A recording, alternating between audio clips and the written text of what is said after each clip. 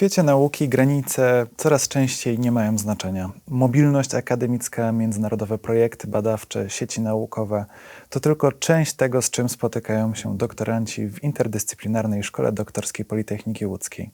Dzisiaj porozmawiamy o tym, jak wygląda mobilność dla doktorantów. Ja nazywam się Jan Sarzała, a moim gościem jest doktor inżynier Dorota Piotrowska, profesor uczelni, dyrektor Centrum Współpracy Międzynarodowej Politechniki Łódzkiej, koordynatorka programów międzynarodowych takich jak ECIU i Erasmus w Politechnice Łódzkiej oraz osoba, która od lat pomaga doktorantom wyjść ze swoją nauką w świat. Dzień dobry. Dzień dobry. Politechnika Łódzka to bardzo otwarta uczelnia, od wielu lat stawiająca na międzynarodowość. Warto też podkreślić, że jako pierwsza w Polsce otworzyła międzynarodowy wydział. I to też ma duży wydźwięk także w kontekście doktorantów.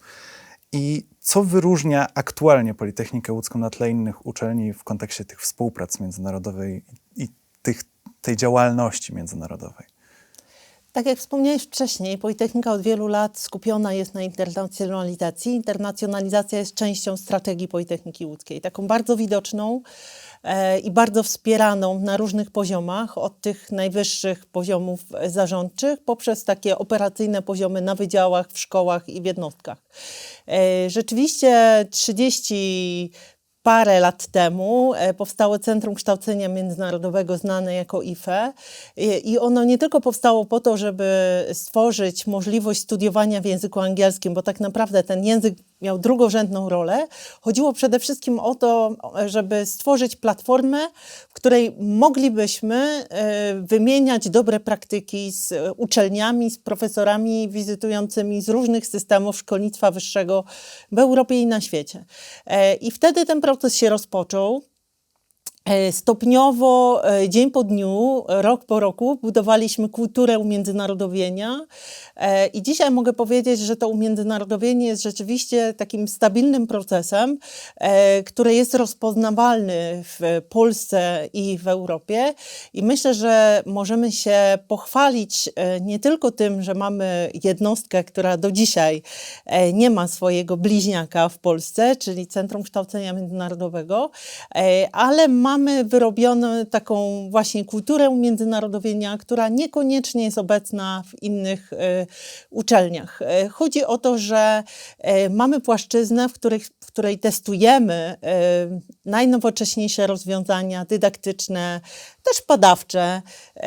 Zapraszamy nauczycieli i badaczy z różnych krajów i przez to, że funkcjonujemy na co dzień w języku angielskim, to ta wymiana doświadczeń jest prostsza i szybsza. Dzięki temu my uczymy się szybciej, a nasi partnerzy też łatwiej przekonują się do tego, żeby z nami współpracować. I jak te działania przekładają się realnie na życie akademickie doktorantów?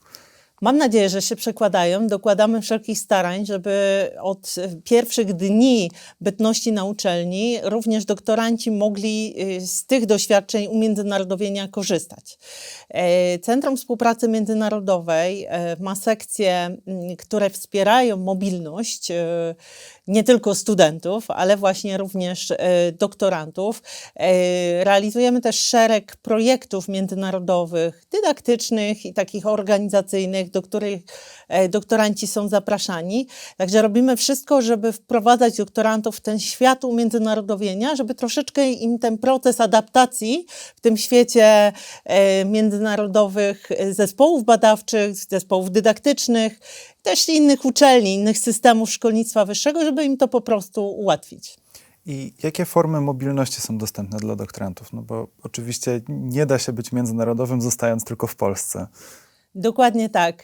Bardzo mnie cieszy fakt, że właśnie w ramach strategii rozwijanej w Politechnice Łódzkiej zachęcamy, motywujemy doktorantów do tego, żeby byli mobilni.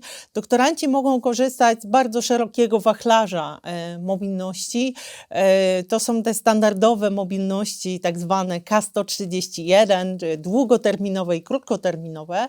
Od kilku lat Erasmus zaproponował bardzo atrakcyjną formę współpracy i wymiany i mobilności dla doktorantów w postaci wyjazdów krótkoterminowych. Muszę powiedzieć, że jako koordynator Uważam, że to dla Politechniki Łódzkiej był strzał w dziesiątkę, bo również doktoranci bardzo chętnie z tych wyjazdów korzystają, dywersyfikując sobie po prostu kierunki, kraje, które odwiedzają. I to jest taka bezpieczna mobilność, bo trwa tylko kilka dni, więc nawet jeśli komuś się nie spodoba, to nie ma to takiego dużego znaczenia, bo po kilku dniach może wrócić do domu, a jednak jest to świetna okazja do tego, żeby nawiązać relacje z innymi partnerami, po to, żeby w przyszłości móc budować międzynarodowe zespoły badawcze i móc być członkiem takich zespołów. I z jakimi krajami najczęściej współpracuje Politechnika? Oczywiście Europa tutaj odgrywa taką, powiedziałabym, dominującą rolę. Myślę, że takie kraje jak Portugalia, Hiszpania, Francja, Niemcy to są te kraje, które dominują, jeśli chodzi o kierunki mobilności, ale dostrzegamy w tej chwili coraz większe zainteresowanie wyjazdami poza Europę. W tej chwili możliwe są również wizyty i udział w różnego rodzaju formach mobilności poza Europą i doktoranci z tego korzystają. Także bardzo, bardzo nas to cieszy, bo to też poszerza nasze horyzonty i daje możliwość rozwoju nie tylko doktorantom, ale też samej Politechnice, bo to jest przecież wymiana dobrych praktyk, które potem są przenoszone do naszej uczelni. Czy zaoferowane uczelnie są sztywno wybrane dla doktorantów? Czy doktoranci mogą zasugerować, że na przykład chcieliby pojechać do danego kraju? Czy taki program byłby możliwy? Oczywiście jesteśmy otwarci i na bieżąco podpisujemy takie umowy. Musimy wiedzieć o tym, że na dzisiaj Politechnika Łódzka ma podpisanych ponad 500 takich umów, czyli tych kierunków mobilności jest już dzisiaj bardzo dużo.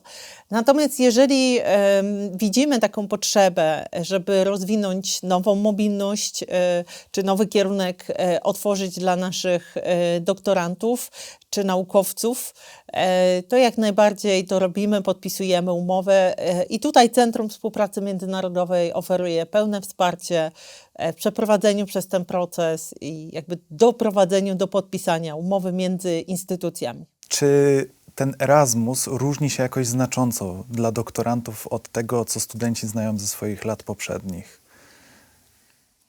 Wydaje mi się, że troszeczkę perspektywa doktoranta jest już inna, ponieważ studenci zazwyczaj jadą w celach czysto edukacyjnych, też takich poznawczych.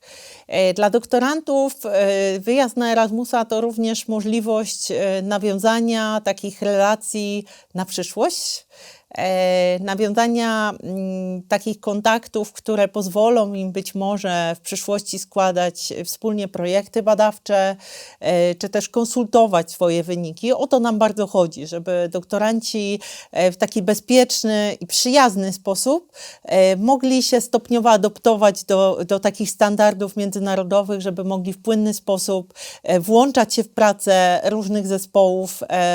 I wydaje się, że to widziałabym jako taki pierwszy cel dla doktorantów, niekoniecznie ten cel dydaktyczny, tylko bardziej takiego wejścia w nowy świat, nową kulturę edukacyjną, badawczą danego systemu czy danej instytucji w innym kraju. I na co warto się przyszykować, aplikując w ramach projektu Erasmus? Może ma Pani jakieś wskazówki dla doktorantów? Na pewno dobrze przygotowany wyjazd będzie owocował lepszymi rezultatami. Tak? Więc zawsze zachęcamy do tego, żeby nie wyjeżdżać na hura, tylko żeby dokonać jakiejś selekcji przemyślanej, na pewno zapoznać się ze stroną partnera, zobaczyć, co partner oferuje, bo często na etapie właśnie przygotowywania papierów, learning agreementów i tych wszystkich dokumentów przed wyjazdem, my możemy z partnerem wynegocjować jakieś dodatkowe aktywności i dzięki temu ten wyjazd jest po prostu bardziej efektywny i często przynosi takie korzyści na przyszłość. Także zachęcam do tego, żeby ten wyjazd był przemyślany, przygotowany. Nasz zespół w Centrum Współpracy Międzynarodowej zawsze służy pomocą i takim wsparciem też merytorycznym, takimi prostymi poradami, które wynikają z naszego długoletniego doświadczenia, na co trzeba zwrócić uwagę, jak najlepiej szukać tych wariantów dla siebie. Także tutaj mam nadzieję, że doktoranci są zaopiekowani i że będą z tego rodzaju wsparcia korzystać. Chęć wyjazdu i dobranie kierunku wyjazdu to nie wszystko. Ważne są też formalności. I właśnie chciałbym spytać, jakich formalności należy dopełnić, aby w ogóle wybrać się na wyjazd międzynarodowy? Oczywiście, zawsze najlepiej jest skonsultować swój pomysł ze stroną internetową Centrum Współpracy Międzynarodowej. Tam jest taka zakładka dla wyjeżdżających i tam są wszystkie takie praktyczne informacje, które powinniśmy zweryfikować, sprawdzić, zanim tą decyzję podejmiemy, ponieważ te wyjazdy mogą się troszeczkę różnić w zależności od rodzaju mobilności. Na przykład w ramach programu Erasmus to będzie podpisanie Learning Agreementu i to jest taki dokument, który musi być podpisany przez 3 strony, czyli instytucję wysyłającą, instytucję przyjmującą, no i oczywiście samego zainteresowanego doktoranta czy doktorantkę. Także tutaj oczywiście jako Centrum Współpracy Międzynarodowej służymy pomocą i w wypełnianiu tego dokumentu i w kontaktach z partnerami, którzy będą przyjmować doktoranta czy doktorantkę. Tylko musi być ta decyzja, w ramach którego wsparcia doktorant chciałby wyjechać. Drugą taką opcją są wyjazdy w ramach projektów i tutaj już będzie obowiązywała troszeczkę inna procedura. Tak? Wtedy doktorant będzie musiał skorzystać z systemu support, zarejestrować chęć swojego wyjazdu, złożyć podanie. I wtedy w ramach takiego wyjazdu troszeczkę inaczej ta dokumentacja wygląda. Po to, żeby to było na dzisiaj prostsze dla wszystkich, proponuję, żeby po prostu przed wyjazdem wejść na stronę Centrum Współpracy Międzynarodowej. Tam wszystkie procedury, formalności są opisane, również szczegóły dotyczące ubezpieczenia, w których warunkach czy w których mobilnościach to ubezpieczenie obowiązuje, w którym być może trzeba sobie je dokupić.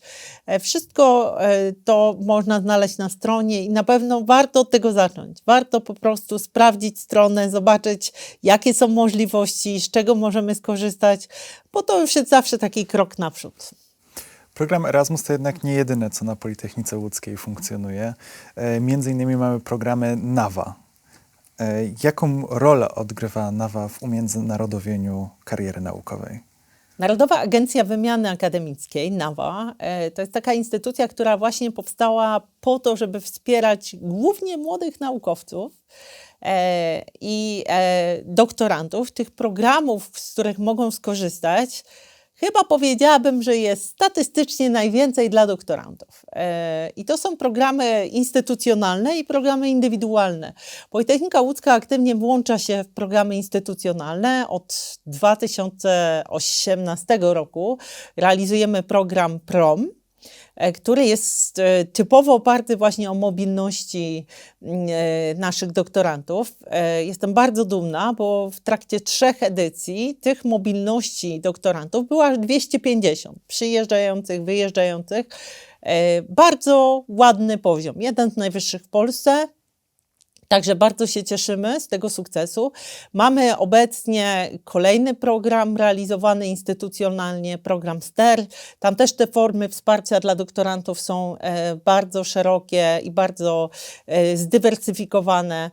Także tutaj zachęcam do udziału w tych programach. Oprócz tego są programy wsparcia indywidualnego, najbardziej chyba znany i najbardziej popularny i pożądany, prestiżowy program tak zwanego Beckera, który pozwala na takie wyjazdy 3-miesięczne, nawet chyba do roku. Także to są takie wyjazdy, z których doktoranci mogą przywieźć już konkretny pomysł na siebie. Tak? Mogą w jakimś prestiżowym ośrodku naukowym rozwijać swoje kompetencje badawcze, uczyć się nowych metod badawczych i wielu doktorantów chętnie korzysta z tej formy wsparcia. Natomiast tych programów jest więcej. Są programy, jest Zawadzka, czyli projekty wyjazdowe. Mamy również takie programy dedykowane. Jest program na przykład Polonium w ramach NAWA, który skierowany jest do osób, młodych naukowców, również doktorantów, którzy chcieliby nawiązać współpracę na przykład z Francją. Takie programy dedykowane mamy również w ramach NAWA z Niemcami i z Czechami. obecnie, z tego co pamiętam. Także warto zaglądać na stronę NAWA, ponieważ tam często pojawiają się oferty dla doktorantów przyjeżdżających i dla doktorantów wyjeżdżających. Także jeżeli na przykład ktoś wyjechałby na mobilność zwykłą i poznałby tam jakąś ciekawą osobę, którą warto byłoby zaprosić do Politechniki Łódzkiej właśnie po to, żeby nawiązać tą relację, żeby w ECIU, w naszym Uniwersytecie Europejskim używamy takiego sformułowania, takiego community, że mamy tworzyć taką społeczność i bardzo zależy nam na tym, żeby młodzi ludzie, młodzi doktoranci włączali się w takie społeczności. Żeby się to działo, to nie tylko oni muszą jeździć, ale muszą też budować swój prestiż tutaj na miejscu, czyli powinni móc zapraszać innych młodych naukowców, budować sobie wokół siebie takie właśnie społeczności, takie grupy badawcze, po to, żeby stawać się coraz bardziej rozpoznawalnym. I NAWA również dla tych przyjeżdżających doktorantów oferuje bardzo liczne formy wsparcia. Czyli te programy NAWA to nie jest tylko taka czysta mobilność, ale także bardziej takie networkingowe aspekty. Tak, zdecydowanie. Taka możliwość też nawiązywania relacji i budowania takich projektów wokół jakichś aspektów merytorycznych, tak? Bo to jest często, ten cel badawczy musi być tam dookreślony, doktorant musi jakby wiedzieć, po co jedzie, czego konkretnie chce się nauczyć, jakie kompetencje rozwinąć. Ale to się dzieje i bardzo się cieszymy, że coraz częściej nasi doktoranci sięgają po te formy. Także zachęcam, strona NAWA, tam zawsze aktualne oferty, pięknie rozpisane na wsparcie indywidualne, instytucjonalne. Także tam, gdzie indywidualne, doktorant najlepiej, żeby patrzył i szukał sam, bo nikt nie wie lepiej niż sam doktorant, która z tych ofert, których jest tak dużo na stronie, będzie najbliższa jego sercu. Wspomniała już Pani o ECIU i właśnie o to chciałbym dopytać, jakie możliwości dla doktorantów otwiera członkostwo PEU w tej sieci? I tutaj również powiem, że z mojej perspektywy jako koordynatora instytucjonalnego już od kilku lat ECIU, tak jak patrzę przez te wszystkie lata, to ECIU najbardziej jest potrzebne i powstało dla doktorantów.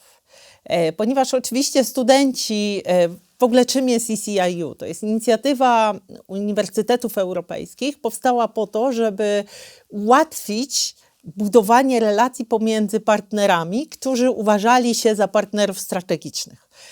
Muszę powiedzieć, że te uczelnie, które wchodzą w skład ECIU, tutaj pod przywództwem Twente University, jednego z najlepszych uniwersytetów badawczych, a chyba najlepszego w Holandii pod tym względem, ja widzę, jak te relacje się umocniły. Wszystkie drzwi są w tej chwili otwarte i nie tylko studenci korzystają z tej oferty edukacyjnej, ale również doktoranci mają zdecydowanie ułatwiony dostęp do laboratoriów, zespołów badawczych, które działają w ramach ECIU. I to są ogromne możliwości, których wcześniej bez tej inicjatywy uniwersytetów europejskich może nie tyle, że nie było, ale one były w jakiś sposób utrudnione. Natomiast teraz, w momencie, kiedy my weszliśmy do Uniwersytetu Europejskiego, to staliśmy się taką rodziną. I teraz bez żadnych problemów możemy zadzwonić do naszych kolegów, znajomych z ECIU i te relacje są pobudowane na różnych poziomach. Od tego poziomu rektorskiego, państwo rektorzy spotykają się kilka razy do roku i też mają takie swoje community, ale również panowie prorektorzy, dziekani, osoby, które gdzieś tam zarządzają poszczególnymi procesami w naszej uczelni, uczestniczą właśnie w tych społecznościach i na to wszystko nakłada się budowanie tej społeczności właśnie młodych naukowców, ponieważ w naszym założeniu ci ludzie, jeśli młodzi ludzie teraz nawiążą te relacje, będą się spotykali, będą budowali jakieś nawet malutkie granty badawcze, to za chwilę za 10-15 lat dla nich to środowisko międzynarodowe będzie absolutnie naturalne. Dla nich to już nie będzie robiło różnicy, czy robią projekt z kolegą z pokoju obok, czy też robią z kolegami z Twente, z innych, z Insy, czy z Barcelony i tak dalej. Także o to nam chodzi, żeby zbudować taki nawyk i taką naturalność w umiędzynarodowieniu i w tym takim wchodzeniu w te zespoły międzynarodowe badawcze. I żeby to było możliwe, to ECIU oferuje szereg form wsparcia. Na przykład doktoranci mogą korzystać z tak zwanego programu RMF, czyli Research Mobility Fund. Tutaj pan rektor wspólnie z innymi rektorami w ramach sieci ECIU ufundowali taki specjalny fundusz, w ramach którego nasi badacze mogą wyjeżdżać na takie krótkie, dłuższe nieco pobyty badawcze i nawiązywać te relacje, korzystać z tego potencjału, bo to jest też jedna z idei uniwersytetów europejskich, tak bardzo górnolotnie nazwana co-creation, czyli współtworzenie. Chodzi o to, żeby wzajemnie użyczać sobie różnych zasobów, żeby nasi młodzi doktoranci mogli korzystać z zasobów badawczych, które są gdzieś tam ulokowane u innych partnerów, ale z taką zasadą wzajemności, że też ktoś przyjedzie do Politechniki Łódzkiej i też będzie mógł w jakimś laboratorium czy z jakiegoś sprzętu badawczego skorzystać. To buduje relacje, to umacnia te więzi pomiędzy uczelniami. Oprócz RMF-u mamy jeszcze program SEED, mamy taki SEED, to są takie małe granty, o które można aplikować, jeśli na przykład pojedziemy na mobilność, a później okaże się, że spotkaliśmy tam jakiegoś ciekawego doktoranta, możemy wspólnie z nim złożyć jakiś mały projekt SEED, mały grant SEED i on jest wtedy rozpatrywany na poziomie właśnie naszych tutaj władz i władz ECIU i takie granty są właśnie przyznawane. Oprócz tego mamy taką nową inicjatywę, która się nazywa Research Lab, i to też są granty na mobilność, na budowanie jakichś projektów badawczych, wspólne pisanie artykułów naukowych. Więc tych narzędzi w ramach ECIU też jest bardzo dużo. Odsyłam wszystkich zainteresowanych na stronę naszą politechniczną, która nawet jest w języku polskim, ponieważ dbamy o to, żeby ta dostępność informacji była w różnych językach, nie tylko w języku angielskim. My zawsze filtrujemy te najważniejsze inicjatywy, informacje i zawsze zamieszczamy je w dwóch językach, polskim i angielskim na naszej stronie politechnicznej ECIU po to, żeby z tą informacją dotrzeć jak najszerzej. Bez wątpienia ECIU to jest taka platforma, która jest niezwykle dostępna i są pootwierane wszystkie możliwe drzwi i tam nie ma prawie że żadnych barier dostępu. Co niekoniecznie dzieje się w przypadku innych partnerów, tak?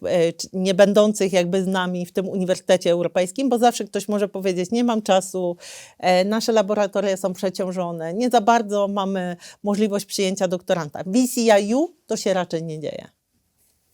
I ta współpraca międzynarodowa wielokrotnie łączy się także z podwójnymi dyplomami.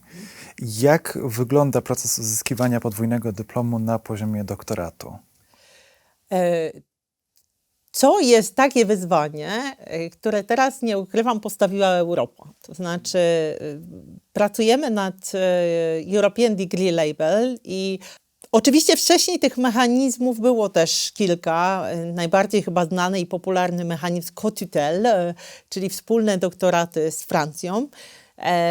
Też z uczelniami z Niemiec. To jest bez wątpienia takiej najwyższej klasy uznanie dla doktoranta. Jeżeli doktorant ma ten podwójny dyplom, ma kwalifikację na tym najwyższym poziomie ram kwalifikacji europejskim, wydaną przez dwie uczelnie, że dwie uczelnie w jednym czasie powiedziały, tak, ten człowiek zasługuje na tytuł doktora, to myślę, że trudno o lepszy prestiż. Ubieganie się o podwójny dyplom oczywiście zawsze wymaga takiej staranności po stronie doktoranta, ponieważ ta inicjatywa musi być troszeczkę po jego stronie, jego czy jej stronie. Trzeba poszukać tego współpromotora, bo to jest zawsze tak zwany co-supervising, czyli współprowadzenie pracy, co jest też świetną okazją do tego, żeby jednocześnie czerpać z zasobów tutaj naszych politechnicznych i pracować z promotorem z naszej uczelni, ale wspierać się promotorem tej uczelni partnerskiej, zrobić część badań pod kierunkiem tamtego promotora. Później ta obrona, która jak gdyby pokazuje to uznanie po obydwu stronach, to bez wątpienia są takie doświadczenia, które od razu budują taką pozycję badawczą danej osoby. Bardzo zachęcam do tego, żeby sięgać po te mechanizmy. Cieszę się, że Europa ruszyła ze wspólnym dyplomem, bo to bez wątpienia będzie przyszłość.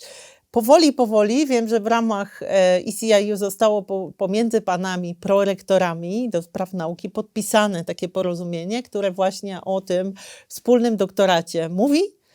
Także być może już za chwilę, za kilka lat będziemy mieli wspólny dyplom doktorski wydawany na poziomie ECIU, czyli uznany przez uczelnie będące częścią naszego konsorcjum i rozpoznawalne, bo taki dyplom automatycznie będzie rozpoznawalny właśnie we wszystkich krajach, których rektorzy się podpiszą. Tak? Także to jest wielka wartość, bo nie trzeba będzie przechodzić przez żadne procedury uznania w żadnym kraju. Ten dyplom będzie automatycznie tyle samo wart w całej Europie. Interdyscyplinarna Szkoła Doktorska Politechniki Łódzkiej to nie tylko doktoranci z Polski, z polskich uczelni, ale także doktoranci z zagranicy. Jak wygląda pierwsze wsparcie dla doktorantów przyjeżdżających na Politechnikę Łódzką właśnie z zagranicy? Tak, bardzo się cieszę. W Politechnice Łódzkiej mamy Welcome Point. Tam siedzą osoby, które wspierają doktorantów w tych procesach, w takiej adaptacji pierwszej na poziomie uczelni, czyli wszelkiego rodzaju informacje praktyczne związane z ich pobytem, ale też wspierają ten proces formalności, czasami wizowy, pobytowy. Także też bardzo zachęcamy do tego, żeby korzystać z tej pomocy, przychodzić. Tam są specjalnie wyszkolone osoby, które też mają kontakt z odpowiednimi instytucjami, czy to w regionie, czy to w naszym kraju, które mogą udzielić informacji, jak taki proces adaptacji powinien wyglądać. No, oprócz tego oczywiście mamy cały szereg takich działań integracyjno-adaptacyjnych. Mamy takie wydarzenie Mobility Week, w ramach którego mamy nadzieję ta interakcja doktorantów będzie przebiegała. Będziemy mieli Mobility Picnic, w którym też chciałabym bardzo, żeby doktoranci się pokazali i opowiedzieli o swojej, o tej internacjonalizacji, której na co dzień doświadczają.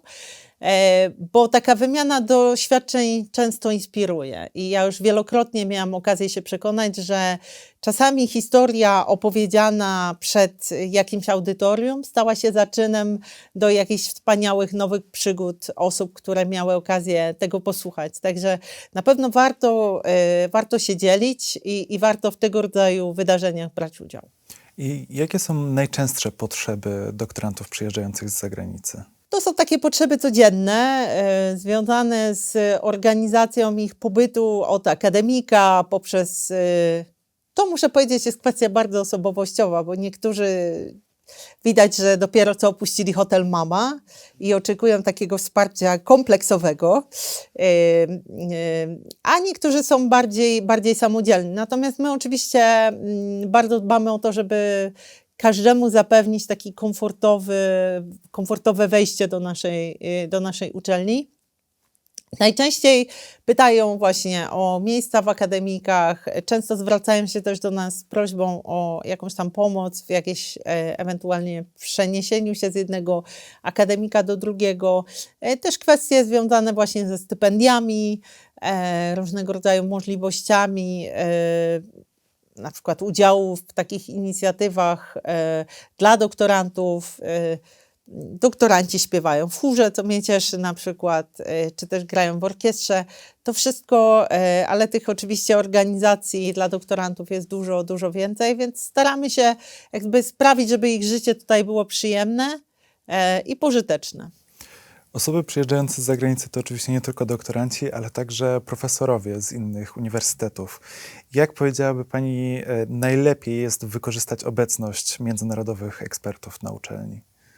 To zawsze jest przede wszystkim inspiracja. To, czego ja doświadczam i chyba to jest ten główny powód, dla którego powstało IFE. I oprócz tego, że 35 lat temu powstało IFE, to 20 parę lat temu wprowadziliśmy jako pierwsza uczelnia w Europie obowiązkowy Mobility Window, czyli taki semestr, gdzie studenci nie mają wyjścia, muszą wyjechać, ale to wszystko po to, żeby móc czerpać z zasobów, które niekoniecznie są tylko w Politechnice.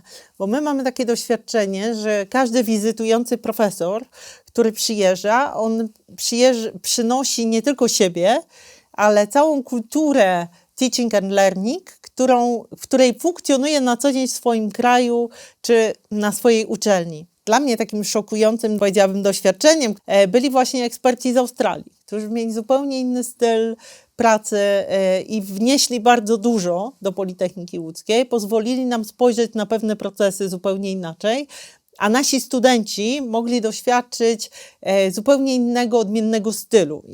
I to jest też takie obcowanie z inną kulturą, bo to nie tylko chodzi o to, że te zajęcia były ciekawsze dla studentów, bo wychodziły poza takie normy naszego prowadzenia zajęć, ale też pozwoliły im się odnaleźć w zupełnie innej kulturze, bo to jest zupełnie inny styl współpracy, interakcji, a on nie tylko wynika z tego, że ktoś pracuje w innej uczelni, ale też, że po prostu pochodzi z innego kraju. I to często inspiruje. Studenci szukają jakichś nowych doświadczeń, jakichś nowych pomysłów na siebie. To bez wątpienia jest ogromna wartość dodana dla wszystkich, a dla naszych współprowadzących, bo zawsze dbamy o to, żeby taki profesor wizytujący, oprócz tego, że da siebie doktorantom, to też, żeby miał możliwość współpracy z naszym nauczycielem, żeby ta wymiana dobrych praktyk następowała jakby w dwie strony, po to, żebyśmy my mogli się uczyć, ale też, żeby inni czerpali od nas. Także jak najbardziej ta wymiana, wizyty profesorów z innych uczelni, to jest coś, na co stawiamy i mamy nadzieję rozwijać jeszcze szerzej w przyszłości.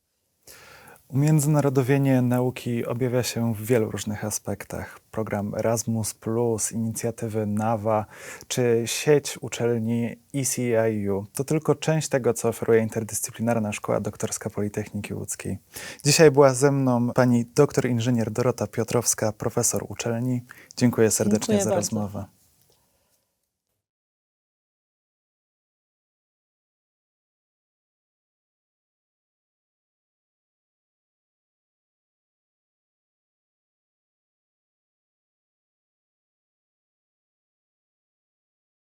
The production of the film is financed from the funds of the Polish National Agency for Academic Exchange within the project titled Improve, International Mission to Promote Research and Optimal Values in Education, implemented by Lodz University of Technology as part of the STAIR program, Internationalization of Doctoral Schools, Call 2024.